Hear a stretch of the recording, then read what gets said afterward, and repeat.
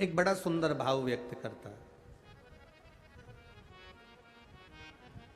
विषम परिस्थिति में किसी के हाथ जोड़ने से अच्छा है, किसी के पास जाकर बैठकर रोने से अच्छा है, देवादिदेव महादेव के मंदिर में एक लोटा जल धीरे धीरे एक बेलपत्री समर्पित कर कर, बेलपत्री की जो डंडी है बस शिवलिंग पर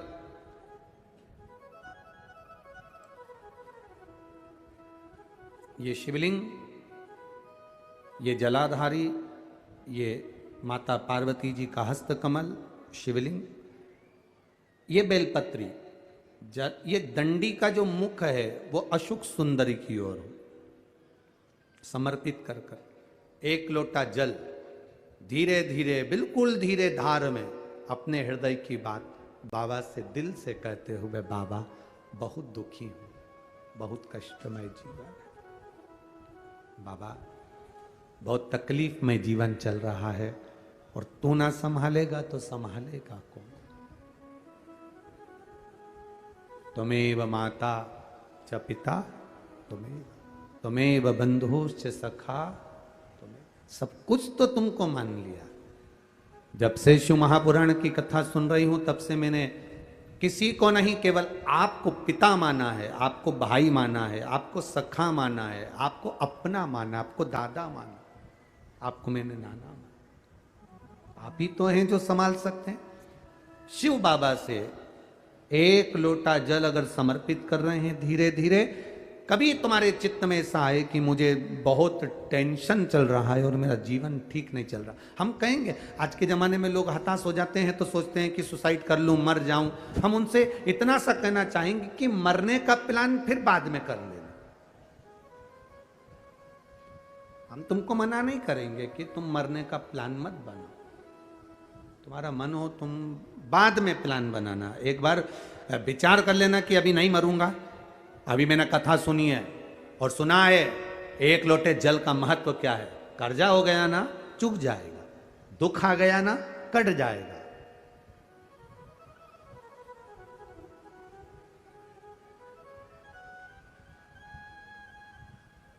कर्जा भी हो गया तो कटेगा मिटेगा, मरना उसका कोई एक प्लान नहीं है कि कर्जा तुम मर जाओगे तो कर्जा तुम्हारा चुक जाएगा। ना ना ना ना, कर्जा हो गया ना चुकाएगा बाबा। तुम्हारा विश्वास दृढ़ रखो, अपने भजन के बल को बढ़ाओ, शिव मंदिर में जाने का समय का आनंद पाओ, शंकर जी पे एक लोटा जल चढ़ाओ तो दिल से चढ़ाओ, राम नाम कृष्ण नाम शिव नाम जो जप रहे हो उसको दिल से जपो, भगवान की भक्ति दिल से करो। आया हुआ समय, आया हुआ दुख कटेगा, थोड़ा समय लगेगा, धीरे धीरे धीरे धीरे वो कट जाएगा। वो बर्तन होता है ना बहुत काला हो जाता है तो उसको माताएं रगड़ती है, वो साफ नहीं होता तो फिर क्या करते हैं उस बर्तन को? अगर बर्तन साफ नहीं हो ना तो फिर उसको क्या करते हैं, उसमें छाछ भर देती है, दही भर देती है, नींबू लगाकर छोड़ देती है, खट्टी चीज से वो साफ हो जाएगा। तो थोड़ा अगर समय लग रहा है और लगे कि तुमको कि ये ठीक नहीं हो रहा है तो समझ लेना कि भगवान ने भी कोई छाछ भर दी होगी, भगवान सुन क्यों नहीं रहा, भगवान ने भी कोई दही भर दिया होगा, ये समर क्यों नहीं रहा, ये ठीक समय आ क्यों नहीं रहा, आएगा। थोड़ा बाबा पर भरोसा रखो, विश्वास रखो, सारी समस्या का हल एक लोटा आप बाबा को समर्पित करो। बोल बम का नारा है, बाबा एक उसके सहारे जियो ना, हम क्यों संसार वालों के सहारे जियो। एक तमिलनाडु में नंदनार नाम का एक मजदूर रहता था जिसको बधुआ मजदूर कहते हैं। बधुआ मजदूर मतलब किसी के यहां, किसी सेठ के यहां, किसी धनपति के यहां किसी को बेच दिया जाता है, ये आज से तुम्हारा नौकर है।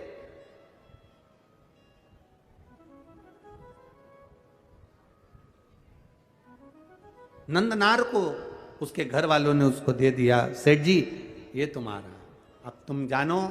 पैसे ले लिए, नंदनार उनके यहाँ काम करने लगा।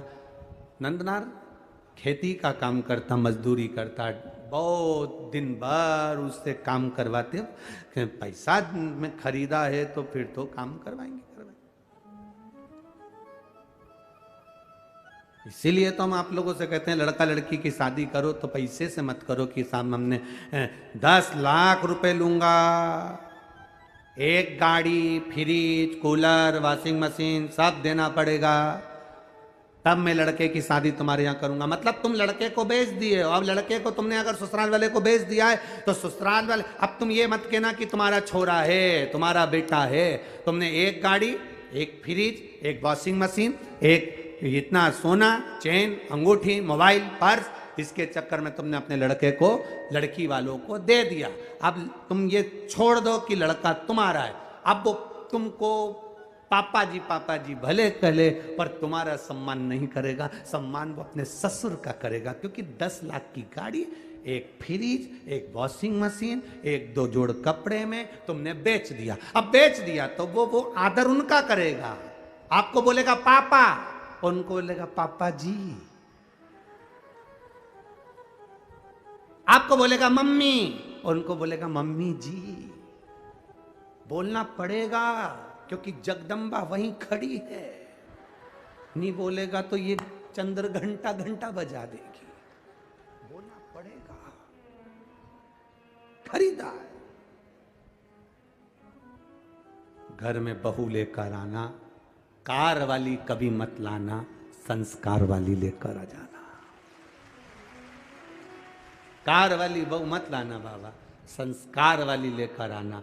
जब संस्कार वाली बहू हमारे घर में प्रवेश करती है तो वो हमारे जीवन को सार्थक करती है। विद्वत ब्राह्मण जन, भूदेवता, पृथ्वी के देव, ब्राह्मण जन जब किसी लड़का और लड़की की पत्रिका मिलाते हैं, गुण मिलाते हैं, तो वो यही देखते हैं कि संस्कारवान लड़की इनके घर में प्रवेश करे। भूदेव यही चाहते हैं। ब्राह्मण यही पूजन पाठ के माध्यम से आपको वर प्रदान करते हैं। ब्राह्मण देवता आपको ये वर देने का प्रयास करते हैं कि आपके घर में सुख समृद्धि, सुख शांति, वैभव, प्रतिष्ठा सब बनी रही। ये भूदेव का एक आनंद है, ये ब्राह्मण देव का एक आनंद है।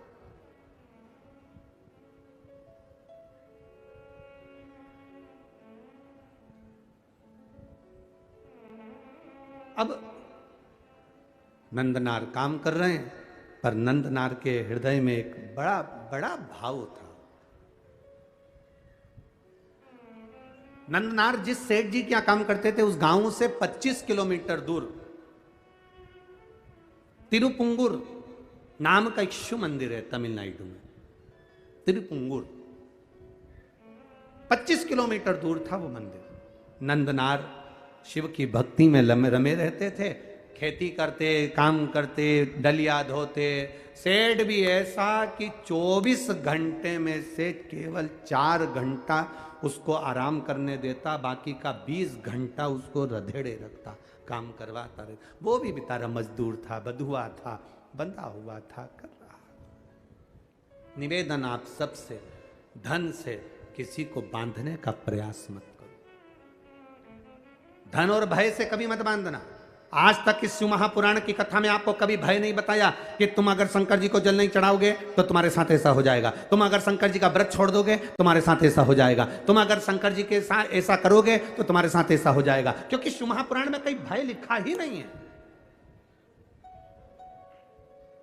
ये तो दुनिया के लोगों ने शंकर भगवान को भय बना दिया। शिव जी क्रोध के देवता हैं, रुद्र देवता हैं, गलत करोगे गुस्सा करेंगे, गलत करोगे ऐसा हो जाएगा। शिव महापुराण की कथा कहती है शंकर भगवान को पशुपतिनाथ कहते हैं। पशुपतिनाथ मतलब पशुओं का भी वो देवता है, साधारण सा नहीं, वो भोला है। उसको क्रोध तो केवल तब आता है जब उसके भक्तों पर विपदा आती है, और वो विपदा कटती नहीं तब मेरे महादेव को क्रोध आता है। हर कभी शिव जी को क्रोध नहीं आता, हर कभी शंकर भगवान को क्रोध नहीं आता। घर में रहने वाली माँ को हर कभी क्रोध थोड़ी ना आता है। घर में रहने वाली स्त्री को, घर में रहने वाली बहू को हर कभी क्रोध नहीं आता।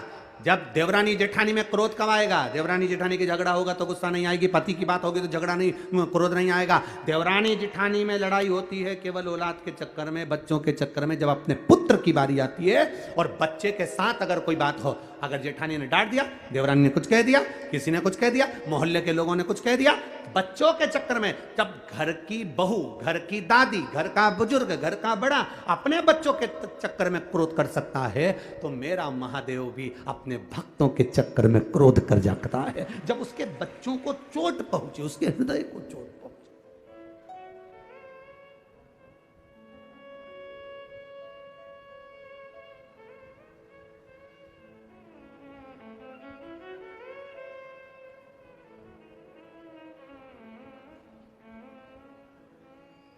जब हृदय में यह विचार, अब कई लोग कह देते हैं भगवान बड़े गुस्सेले हैं, शंकर भगवान का, कई माताएं कहती है हमने सोमवार का व्रत करा था गुरुजी, अगर हम छोड़ देंगे तो भगवान गुस्सा तो नहीं होंगे। हमने कहा कौन सी पुराण में लिखा है वो भी तो बताओ कि भगवान को गुस्सा आया, इन्हें व्रत छोड़ा तो। ना ना ना, मेरा महादेव क्रोध नहीं करता, अनायास हर किसी पर क्रोध नहीं करता। मेरे बाबा तो इतने सरल हैं, इतने सरल हैं कि एक चोर चोरी करने ऊपर चढ़ा, उसके पास में कुर्सी नहीं थी, स्टूल नहीं था, निसेणी नहीं थी, शिवजी पे चढ़ गया, सामान जलाधारी चांदी की निकालने लगा। महादेव खुश हो गए, मांग ले तुझे क्या चाहिए।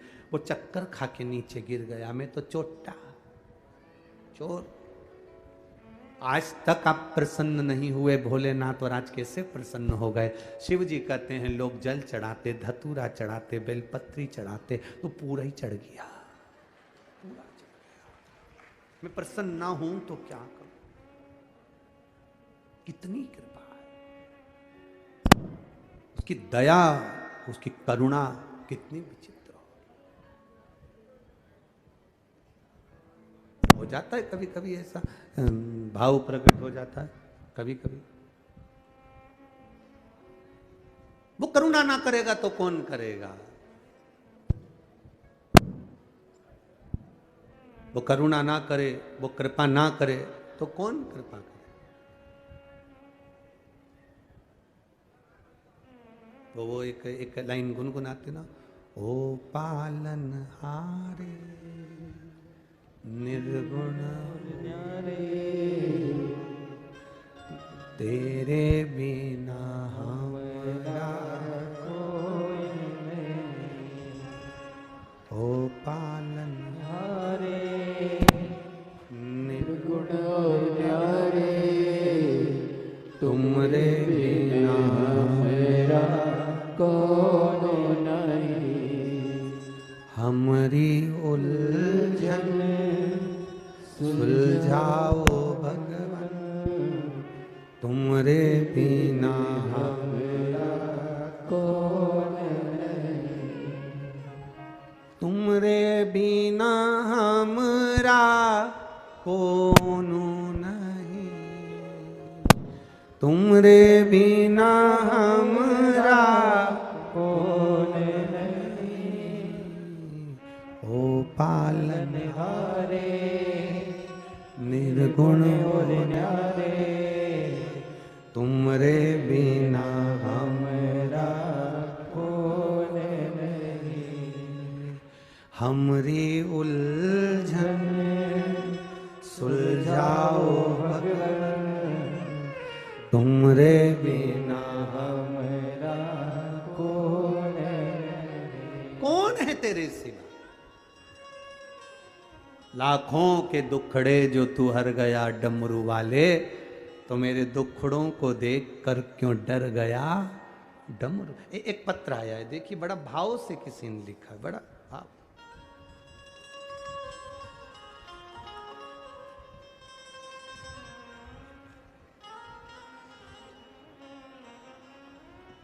मेरा नाम पूर्णिमा साहू है, मेरे पति का नाम लक्ष्मण साहू है। मैं बिलासपुर सिरगिट्टी आवास पारा की रहने वाली हूँ। वार्ड क्रमांक 10, मोबाइल नंबर ये। कहीं बैठी हो तो हाथ हिलाइएगा। जहाँ कहीं बैठी हो, नाम पूर्णिमा साहू, मेरे पति का नाम लक्ष्मण साहू। कहीं बैठी हो तो हाथ हिला सकती है, जहाँ कहीं भी बैठी हो। इधर बैठी हैं, हाँ जी, हाथ हिला दो एक बार दीदी। हाँ, दोनों हाथ हिलाओ ऐसा, ठीक है। ठीक है। एक लोटे जल का, बेलपत्र का मैं क्या वर्णन करूं। आप लोग अपना पत्र जो पढ़ सकते हैं वो आस्था चैनल पर, टीवी पर भी पढ़ सकते हैं। बाबा वर्णन करूं, बाबा ने तो इतना दे दिया कि मैं बोलूं। मेरे शरीर में बहुत सारी परेशानी होती थी। बच्चेदानी में सूजन, बच्चेदानी के अंदर छाले पड़ गए, पत्थरी हो गई और बड़ी परेशानियां हो गई, गांठ जैसा भाव हो गया। मेरा बीपी हमेशा लो ही रहता था और मुझे सांस लेने में भी परेशानी होती थी। खांसती थी तो मेरे मुंह में से खून निकलता था। जब खांसने में मुंह से खून निकलने लगा तो हमने बड़े बड़े डॉक्टरों में दिखाना चालू करा। डॉक्टरों को दिखाते और मालूम पड़ा कि टीवी की बीमारी बता दी। गुरुदेव बड़ी तकलीफ में आ गए। मेरी मम्मी ने बोला कि तुम शंकर की कथा सुना करो, टीवी पर आती है, शिव महापुराण की सियोर वाला महाराज बाजता। कुंदकेश्वर महादेव के नाम से जो भी जांच कराओ, बाबा का नाम लेते जाना, कुंदकेश्वर महादेव का नाम लेना और जांचें कराते रहना, दवाई लेते रहना। सियोर वाला महाराज बोलता है दवाई भी खाओ और बाबा पर भरोसा रखो। बाबा पर भरोसा रखते हुए अचानक फिर तकलीफ बढ़ गई, सीने में दर्द बढ़ गया और फिर एक्सरे चालू हुए। वापिस फिर दिखाया तो उसमें टीवी बताई। गुरुदेव सब घबरा गए। तब मेरी माता ने कहा एक काम करो, शिवजी पे चढ़ा हुआ जल पीना चालू करो, एक बेलपत्र खाना चालू करो। मेरे घर के लोग जाते, जल चढ़ाते, पानी लाकर मुझे देते, पीना चालू करा। बाबा की कृपा से हमने बड़े हॉस्पिटल में रायपुर में फिर दिखाया। ऐसी कृपा बाबा ने करी, 2 हॉस्पिटल की रिपोर्ट आपको लगाई जिसमें टीवी बताया गया है। अगली रिपोर्ट जब आई तो मेरी टीवी का रोग समाप्त हो गया था और मैं ठीक हो गई। इसलिए बाबा को यहाँ नमन कर लिया। अब ठीक है बाबू, एक बार दोनों हाथ उठाकर बोलो हर हर महादेव। शिव तत्व एक पत्र बड़ा सुंदर आया है। जयंती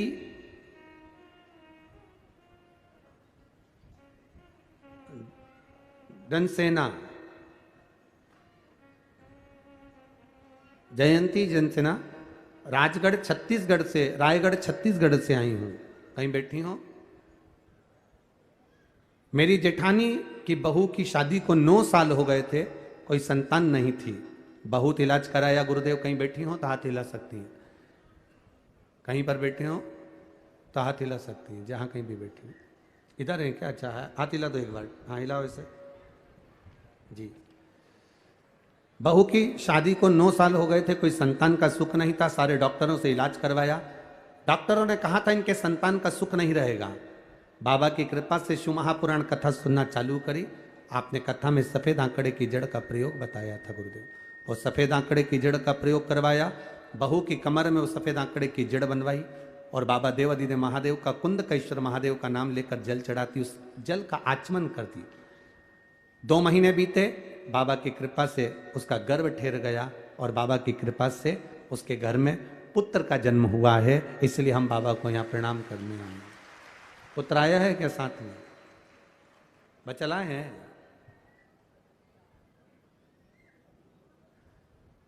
लाए हैं क्या? नहीं लाए? ठीक है। हर हर महादेव।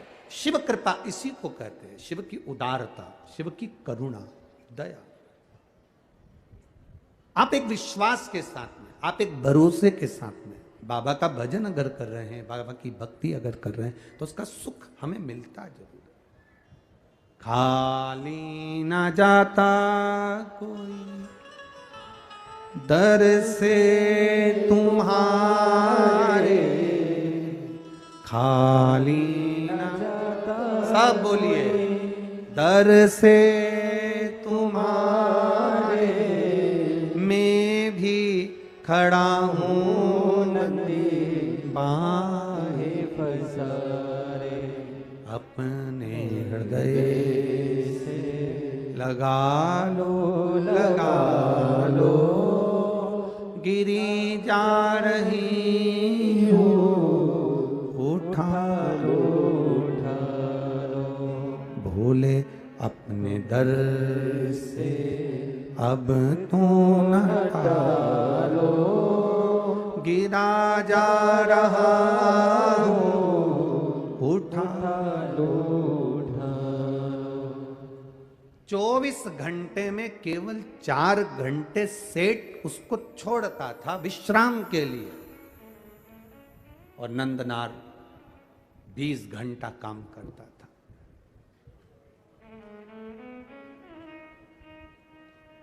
बिको, किसी सेठ के पास जाकर, किसी के पास जाकर मत बिको। बिकना ही है तो मेरे भोलेनाथ के प्यार में बिक जाओ, तो जिंदगी सवर जाए, तुम्हारा जीवन सवर। हम कहां क्या क्या विचार करें।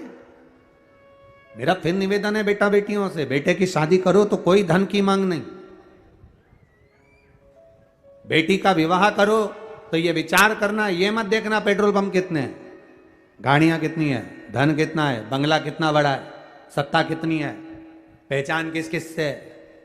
दुख की घड़ी आती है, कोई पहचान वाला काम नहीं आता है। जितनों के भी आगे पीछे घूमते हो ना, एक बार उनको कुर्सी मिल जाती है ना, तुम्हें कोई नहीं पूछता। फालतू की बात है। हमारी थोड़ी कहने की आदत, लोगों को थोड़ा बुरा लग जाता है, फिर वो लोग बाद में उस बात का बखाड़ा खड़ा कर देते हैं। पर ईमानदारी की बात कहेंगे ना,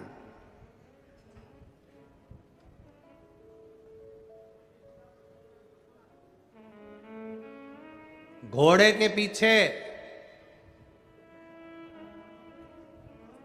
और बोल दें, बोलो छत्तीसगढ़ वाले बोल दें पक्का, घोड़े के पीछे और किसी सत्ताधारी, वैभवपति, धनपति, पैसे वाले के आगे या पीछे कभी ना चलना। घोड़ा भी लात मार देता है और ये भी लात मार देते हैं। बहुत सोचिए।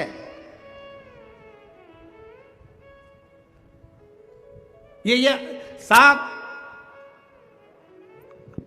अपना बस एक बार अगर अपना काम बन गया ना, बस उसके बाद फिर गए, समाप्त।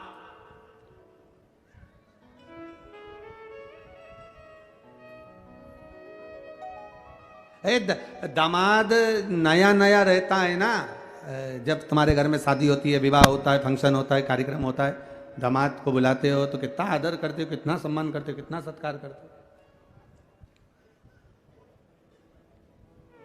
कितना आदर, कितना सम्मान, कितना सत्कार। जब जब तुम्हारे घर में शादी होगी तब दामाद जी को कहाँ है, मंडप लगाना है, दामाद कहाँ है, ये काम करना है, दूल्हे को घोड़ी पे बिठाना है, दामाद कहाँ है।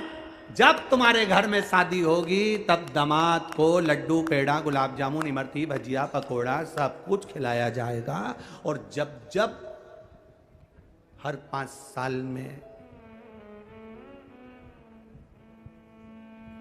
वोटिंग होगी तब तब तुमको भी, क्योंकि तुम सब दामाद हो, सबका आदर किया जाए। सोचिए, विचारिए, अपनी चित्त वृत्ति में उतारिए।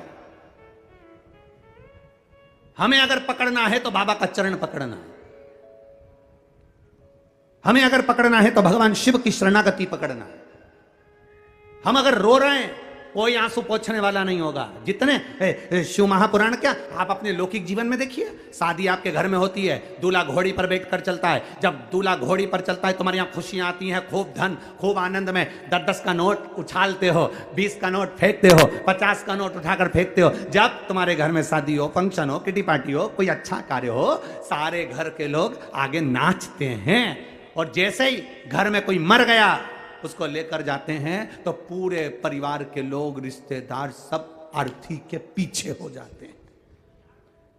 शादी में दूल्हे के आगे, मरने पर अर्थी के पीछे। शिव पुराण कहती है, सुख में सब आगे हैं, दुख आते से जैसे तुम्हारे ऊपर तकलीफ आई, सारे के सारे पीछे भागे।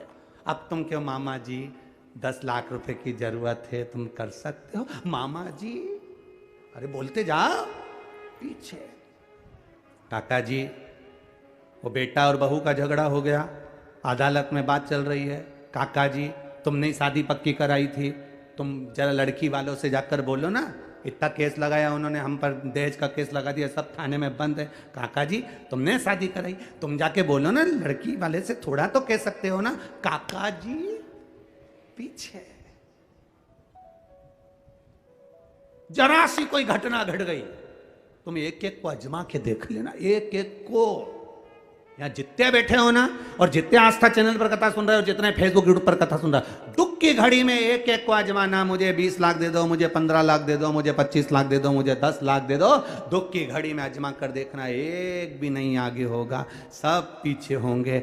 दुख की घड़ी में केवल तुम्हारा एक साथ दे सकता है। तुमने जो एक लोटा जल महादेव को चढ़ाया, एक बेलपत्र जो समर्पित करी, वो तुम्हारा साथ दे सकता है। तुमने जो भगवान का भजन करा, जो तुमने राम नाम, कृष्ण नाम, शिव नाम, जो तुमने लिया है भगवान का नाम, वो तुम्हारा साथ दे सकता है। जो तुमने दान करा पूर्व में, वो तुम्हारा साथ देगा। जो तुमने पुण्य करा पूर्व में, वो तुम्हारा साथ देगा। मैं ये श्री घनश्याम लाल जी अग्रवाल जी के परिवार में जो कथा हो रही है, मैं इनको धन्यवाद दूंगा। उसके साथ में इनके घर में होने वाली वो पोती को धन्यवाद दूंगा, जिसके कारण ये कथा हो रही है। ये कथा नहीं होती अगर वो नहीं होती।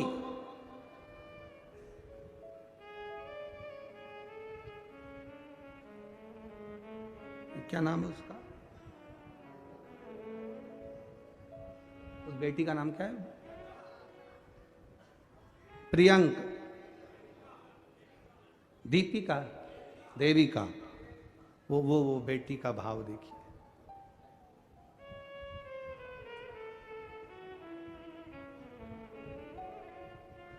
शिव कथा उसी देविका ने जो जन्म लिया है, उस बेटी ने, बस हाँ यही है। इसी के जन्म लेने पर, इसी के जन्म लेने पर संकल्प लिया गया था, अगर घर में बच्ची का जन्म होता है तो हम एक बार बाबा देवादिदेव महादेव कृपा कर दे तो शिव महापुराण की कथा का। ये शिव तत्व है, ये शंकर की उदारता। ये कोई तुम्हारे पूर्वजों में से कोई अच्छा जीव जिसने दान पुण्य संकीर्तन भजन कीर्तन स्मरण किया होगा, वो जन्म ले लेता है, उसके पुण्य प्रबल होते हैं। घर के माता पिता दादा दादी और परदादा दादी के कोई पुण्य प्रबल हुए होते हैं, तब जाकर ये शिव पुराण की कथा अपने परिवार में हो रही होती है। ये विचार करिए। और लाखों भक्त, करोड़ों लोग इस कथा का स्मरण कर रहे हैं। केवल तिल्दा नेवरा में, छत्तीसगढ़ की धरा पर जितने बैठे वो नहीं, केवल आस्था चैनल पर, फेसबुक यूट्यूब पर ना जाने करोड़ों करोड़ों लोग दिन भर इस कथा का रसतत्व ग्रहण कर रहे हैं। ये हमारे भीतर का भाव होना चाहिए कि हमें अगर 24 घंटे में से 4 घंटे सोने के लिए, विश्राम के लिए उस नंदनार को दिए जाते थे, बाकी के 20 घंटे उससे कम लिया जाता था, पर उसके मुंह पर सल नहीं आता था, क्योंकि वो शिव के भरोसे रहता था। अगर तकलीफ आई है, मिटाने वाला मेरा महादेव है। भोलेनाथ दया करना, मैं तेरे भरोसे हूँ। जितने बैठे हो एक बार दिल से बोलिए, मेरे बाबा दया करना, मैं आवाज नहीं आई, जरा जम के फिर से बोलिए, मेरे बाबा दया, मैं तेरे भरोसे, ना घर के भरोसे हूँ, ना परिवार के भरोसे हूँ, ना घर के भरोसे हूँ, ना परिवार के मेरे बाबा दया करना, मैं तेरे भरोसे हूँ। मेरे बाबा दया करना, मैं तेरे भरोसे हूँ। ना इनके भरोसे हूँ, ना उनके भरोसे हो, ना इनके भरोसे हो, ना उनके भरोसे दया करना, मैं तेरे भरोसे हूँ। मेरे बाबा दया करना, मैं तेरे भरोसे। हम उसके सहारे जिए, दुनिया के भरोसे पर नहीं जीना। दुख आएगा, सब साथ छोड़ देंगे। कौन आने वाला है? अच्छा, फिर एक प्रश्न आपसे करें, उत्तर देना। जब व्यक्ति वेंटिलेटर पर पड़ा रहता है, हॉस्पिटल के उस आईसीयू रूम में, वेंटिलेटर के रूम में, तुम लोगों को जाने देते हैं क्या? सुबह 5 मिनट, आधा घंटा, 1 घंटा मिलने का कह देते हैं। एक आध जनी जाना, चप्पल बाहर उतारना, अंदर जाना। चप्पल कहाँ उतारना? अरे जम के तो बोलो, बाहर। अब तुम कहोगे कि वेंटिलेटर का रूम है तो हमारी चप्पल क्यों बाहर उतरवा? चप्पल बाहर। उस वेंटिलेटर के रूम में जाने के लिए उसकी चप्पल भी अलग होती है। बोलो सही है कि गलत है? वो चप्पल पहन लो, अंदर चले जाओ। सफाई होना चाहिए। डॉक्टर को भी मालूम है कि वेंटिलेटर का रूम नहीं है वो। अंतिम घड़ी में कोई नहीं आता, तब वो जो वेंटिलेटर पर पड़ा है, उसने जिसको याद किया पूर्व में, वो उसके पास बैठा रहता है। तो चप्पल बाहर उतारवा दिया जाता है कि वेंटिलेटर के रूम में भी जाना तो वहाँ नंगे पैर जाओ, या वहाँ की कोई चप्पल पड़ी है वो पहन कर जाओ, क्योंकि जो अंदर पड़ा है उसके साथ कोई नहीं है।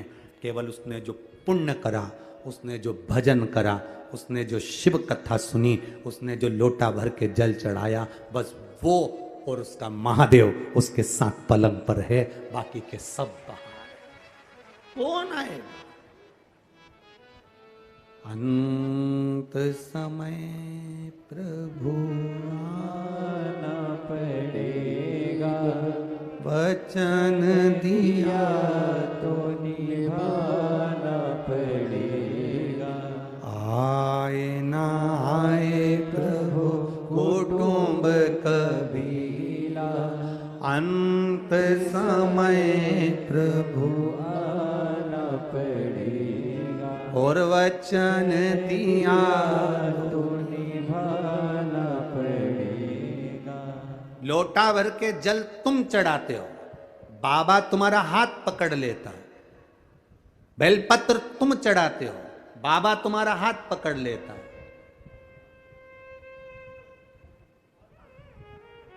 बाबा ने पकड़ लिया। अब तुम्हें चिंता नहीं करना, अब छोड़ दो उसके ऊपर। एक माँ ने लिखा है कि मेरे बेटा और बेटी की शादी नहीं हो रही थी। किसी ने पत्र में लिखा, पत्र ढूंढे सो तो बेटा बेटी की शादी नहीं हो रही थी। उसने भगवान से प्रार्थना करी, पशुपति व्रत करा, तो भी नहीं हुआ। उस माँ ने लिखा, तब मैं शंकर जी के मंदिर पहुंच गई। तुमने कथा में कहा था, तुम अपनी औलाद मानोगे, तुम अपने बच्चे मानोगे। तुम अपने बच्चे मान रहे हो, इसलिए बाबा वो शादी नहीं होने दे रहा। तुम सौंप दो कि ये औलाद तुम्हारी है, ये बेटा तुम्हारा, बेटी तुम्हारी। अब शादी भी किसको करना है? तुम्हें करना है। दहेज लेकर कौन आएगा? तुम। पक्का कौन करेगा? तुम। उसने लिखा पत्र में, पत्र के अंदर लिखा उसने, मैंने, जिसने लिखा होगा वो यहां बैठी होगी, मेरे बेटा बेटी की शादी नहीं हो रही, पशुपति व्रत कर लिए, सब कर लिया। फिर आपने कहा था भगवान के कर दो, ये भगवान के हैं, और मैंने अपने बेटा बेटी को भगवान पर छोड़ दिया। 2.5 महीने भी नहीं हुए गुरुजी, बाबा ने ऐसा जगह संबंध करा कि मैं भगवान को यहां प्रणाम करने के लिए, ये पत्र में लिखा है, इन पत्रों के ढेर।